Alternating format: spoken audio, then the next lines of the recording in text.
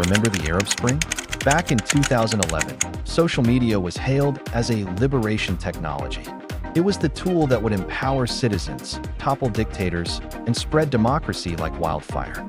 But what if I told you that same technology has been twisted, co-opted, and turned into one of the most powerful weapons for control the world has ever seen? What started as a promise of freedom is now enabling a new, insidious form of control: digital authoritarianism. So what is it exactly?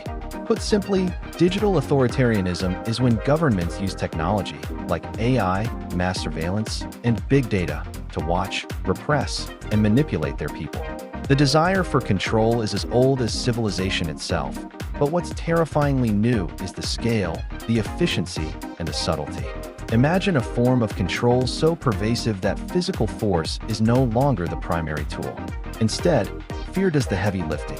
The mere knowledge that you could be watched is enough to make you self-censor. This isn't just theory, it's happening right now, and the tools are more sophisticated than you might imagine. Let's break down the toolkit of a modern digital authoritarian state. It's built on three main pillars: surveillance, censorship, and manipulation. First, surveillance. This isn't just about a few cameras on street corners. We're talking about vast, interconnected networks. Take China's Skynet or Sharp Eyes projects, for example. Millions of AI-powered facial recognition cameras blanketing entire cities. They can track individuals in real time, cross-referencing their faces with national databases. Add to this the tracking data from our smartphones, mandatory collection of voice and DNA samples in some regions, and you have a system that practically eliminates anonymity. This creates an omnipresent climate of fear. It's a digital panopticon where the government is alerted to any suspicious behavior before it even happens. The psychological impact is immense. It forces conformity by making everyone feel constantly watched. The second pillar is censorship. If you can't control what people think, you can at least control what they see and hear. The most famous example is China's Great Firewall, a massive system of filters and blocks that creates a sanitized, state-approved version of the internet. Global platforms like Twitter, Facebook, and YouTube are inaccessible. But it goes deeper. Sophisticated algorithms can automatically detect and delete sensitive keywords or images from domestic social media apps in seconds. And when things get really heated, like during a mass protest, the government can pull the ultimate plug: a total internet shutdown, plunging entire regions into an information black hole. This effectively controls the entire narrative space, preventing citizens from accessing independent news or organizing any meaningful opposition. This brings us to the third, and perhaps most subtle, pillar: manipulation. If you can't silence a dissenting voice, you can just drown it out. This is the world of disinformation and state-sponsored troll factories.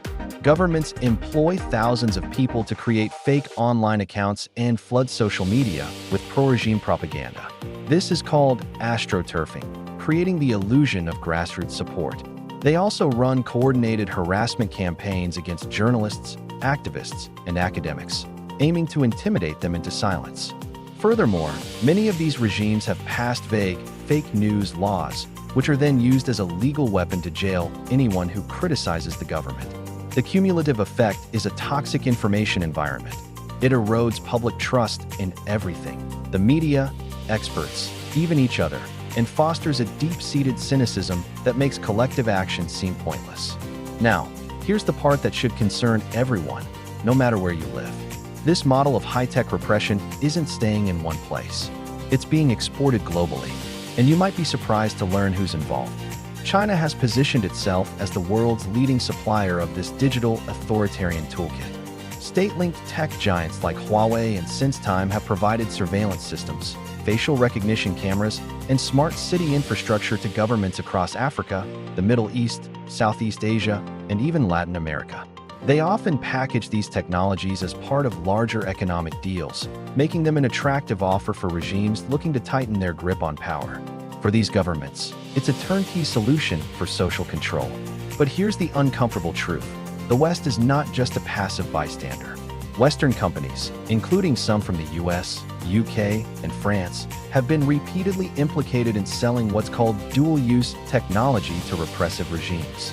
This includes powerful hacking software like the infamous Pegasus spyware, which can turn a journalist's or activist's own phone into a 24/7 surveillance device in their pocket. This software has been found on the phones of dissidents, political opponents, and reporters around the world. So while Western governments often speak about promoting democracy, corporations within their borders are sometimes profiting from the sale of tools that undermine it. This is the truly global nature of the threat. The technology is portable, scalable, and adaptable. A surveillance system developed in one country can be deployed in another with a completely different political system. This means that digital repression is no longer a unique feature of one or two powerful authoritarian states. It's becoming a common feature of governance worldwide, creeping into liberal democracies and hybrid regimes. The tools of control are now on the open market. So where does this leave us? The dream of liberation technology seems a distant memory. We are now in an arms race, a constant struggle between those using technology to open societies and those using it to close them. And right now, the authoritarians seem to have the upper hand. They have learned from their mistakes. They understand the internet better than we gave them credit for.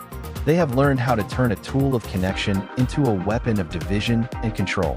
But the story isn't over. Innovators are developing new technologies for circumventing censorship. Journalists are finding creative ways to expose the truth. And global awareness of this issue is growing. Understanding the problem is the first step toward fighting it.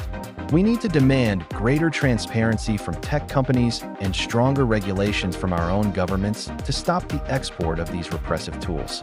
We must support the developers and activists who are building the technology of freedom. The digital world is the new frontier for the age-old battle between liberty and tyranny. The future of freedom in the 21st century may depend on who wins. Thanks so much for watching. If you found this video insightful, please give it a thumbs up and consider subscribing for more deep dives into the forces shaping our world. Let me know your thoughts in the comments below.